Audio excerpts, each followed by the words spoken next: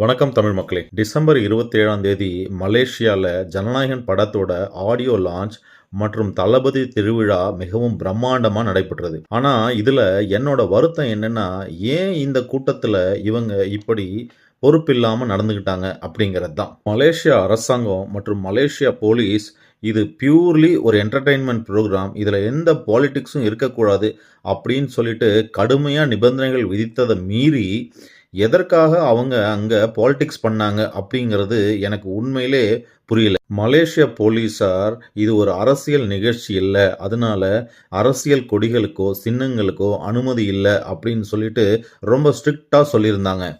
ஆனால் இவங்க அதையும் மீறி கேலரியில் உட்கார்ந்திருந்த எல்லா ரசிகர்களுக்கும் சிகப்பு கலர் மற்றும் மஞ்சள் கலருக்கான எல்இடி பேண்ட்ஸை கொடுத்து அதை ஒளிர செஞ்சுருந்தாங்க.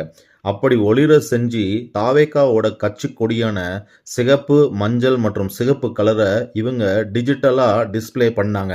என்னை பொறுத்த வரைக்கும் இது ஒரு வயலேஷனாக தான் நான் கருதுவேன். ஏன்னா இது தற்செயலாக நடந்த விஷயமா இருக்காது.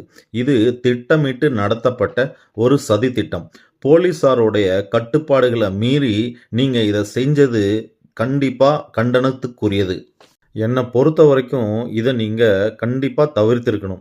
எதுக்காக அப்படி சொல்கிறேன்னா, ஒரு வெளிநாட்டில் போய் நீங்கள் ஒரு நிகழ்ச்சி பண்ணுறங்க. அப்படி இருக்கும்போது அந்த நாட்டுடைய சட்ட திட்டங்களை நீங்கள் மதித்து நடந்துக்கணும். என்டர்டைன்மெண்ட் ப்ரோக்ராம் அப்படின்னு சொல்லிட்டு பர்மிஷன் வாங்கிட்டு அங்கே நீங்கள் போய் உங்களோட கட்சி கொடியை உருவாக்குனது முற்றிலும் தவறான முன்னுதாரணம்.